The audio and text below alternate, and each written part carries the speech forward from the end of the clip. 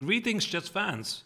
My name is Arturs Neiksans. I'm the leading Latvian chess grandmaster, and in this video, I would like to have a look at what happened in Game 4 of the World Championship match, Liren against Dommaraju Gukesh. As you can see, I am making my recap from a slightly unusual place, which is the municipal building of Riga. I just literally met the mayor of Riga about 30 minutes ago, and I'm on my way to the airport. So I'm making this recap from a place I have never done it before and probably will never do it again. Either way, let's see what happened in the game. So here in this game, Ding decided to play knight f3, d5, and e3, which seems to be not very aggressive because we are taught usually to fight for the center moves like e4 and d4. But what Ding was aiming for was an unusual position because after knight f6, he played b3. Now this position resembles the Queen's Indian defense if we would look at the position from the black's perspective. But b3, here Ding is thinking about putting maybe the bishop on b2, play c4, and he can still switch to d4. I'm pretty sure that Gukesh has never really seriously analyzed this position, and that's why you can also understand Ding's perspective. And I think it's also becoming a trend of this World Championship match. The players are avoiding really hardcore theory because they assume that the opposing team has done their homework and they're testing the opponents in unexplored openings. So here, one of the things I would like to highlight is that black would like to get the bishop out on f5 and play e6 because e6 is not really a bad move, but why would you block your bishop on c8 just like that? With the move of b3, now black can freely play bishop f5 because in a similar line, let's say the white pawn was standing on b2, for example, here instead of knight f6, black will play bishop f5. Now c4, e6 and queen b3 could prove to be a problem because the pawn on b7 is not so easy to defend. So as soon as white commits to b3, it's a clear signal that Gukesh can play bishop f5 and lock the center with e6. So here Ding played bishop e2. I think Gukesh did not want to play e6 here because of knight h4, and at a competitive level, the so-called minimal advantage of the two bishops is really popular. So let's say bishop g6, takes. It doesn't really seem to be a great deal for white, but I mean, he has the two bishops, and the logic is the position is going to open up, and then the power of the bishop should increase. So that's why Gukesh played h6 to make sure that any knight h4 is met with bishop h7.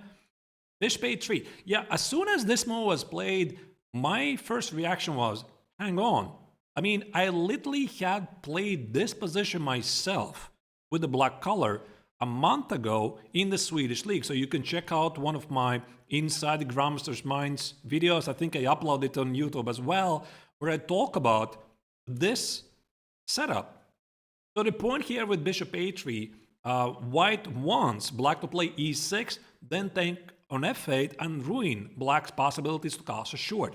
So black plays something like g6 and bishop g7, then the bishop in f5 kind of feels weird. So what happened here, Gukesh played knight e7, short castle. I think he looked briefly for a moment of something like e5, but quite didn't like it. Again, for the same reason, he couldn't take on f8 with the rook or the king. He loses the possibility to castle. Then pawn on e5 is now left undefended if you take with the knight. So Gukesh's choice was perfectly understandable. He played e6.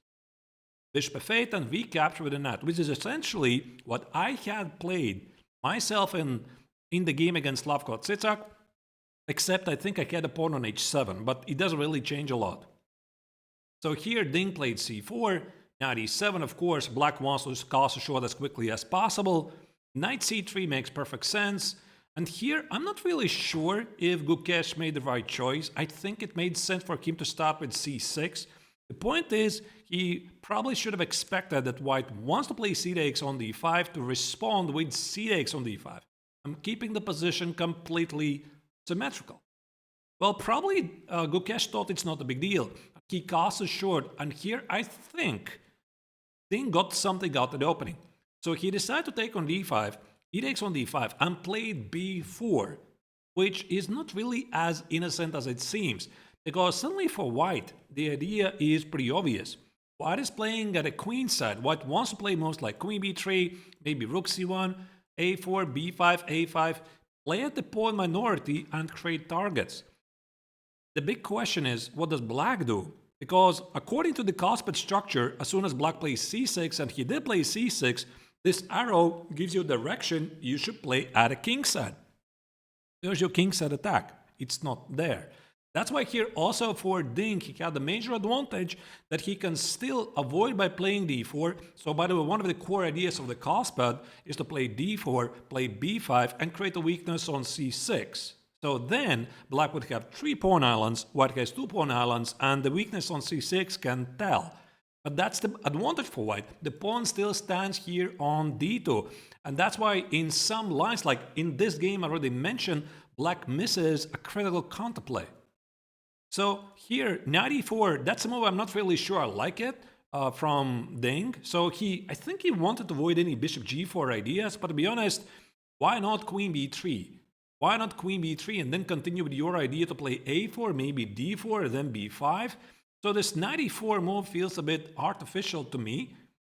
So here, Gukesh responded with bishop h7, and now queen b3 was played by Ding.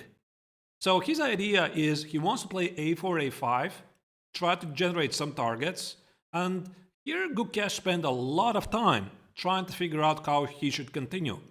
So he played this move knight e5, which I think was very smart, because Gukesh was struggling to find where lies his plan, where's his counterplay, because for white, again, it's very obvious. White plays at the queen side, and black is struggling to figure out what are his targets. That's why he wants to have the pawn on d4, because it gives him some clarity.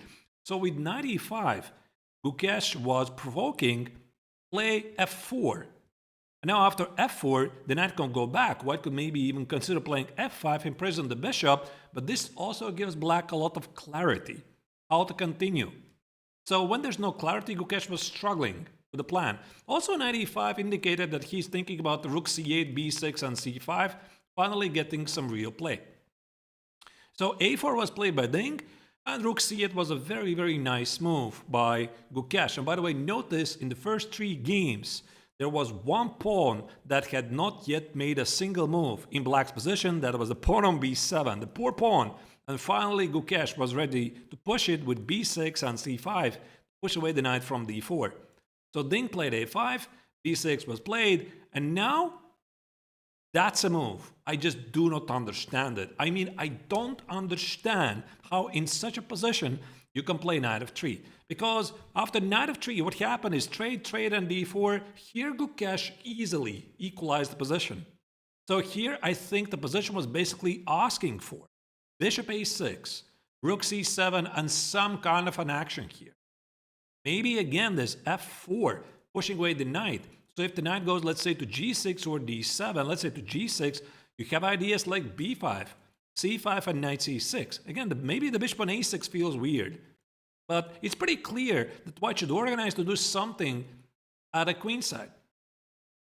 Either way, yeah, maybe there was also the opportunity to play f4 immediately. The knight retreats somewhere, let's say knight g6, b5, c5, knight c6 definitely deserved the attention. So I'm pretty sure that there was something that Ding did not like. Maybe this knight c4, with the idea that after bishop takes on c4, d takes on c4, queen c4, suddenly black plays c5. And when the knight retreats, there's the bishop d3 fork.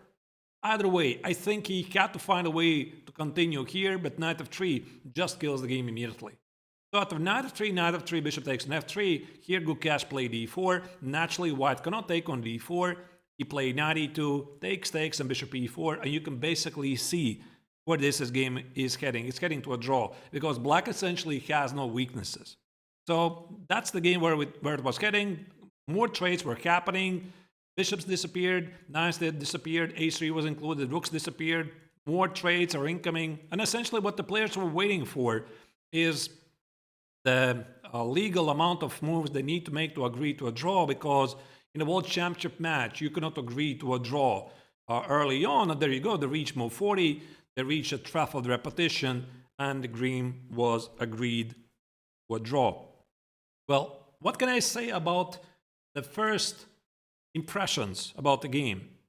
I think it's becoming pretty apparent that with the white color, Ding is looking for not really an opening advantage. He's looking for some small nuances in openings, for a slightly better position, maybe where he can press in an endgame, perhaps lead Gukesh in a position where for the young player it's difficult to understand which direction he should play. And I think the opening part in this game was a success. It was really working well.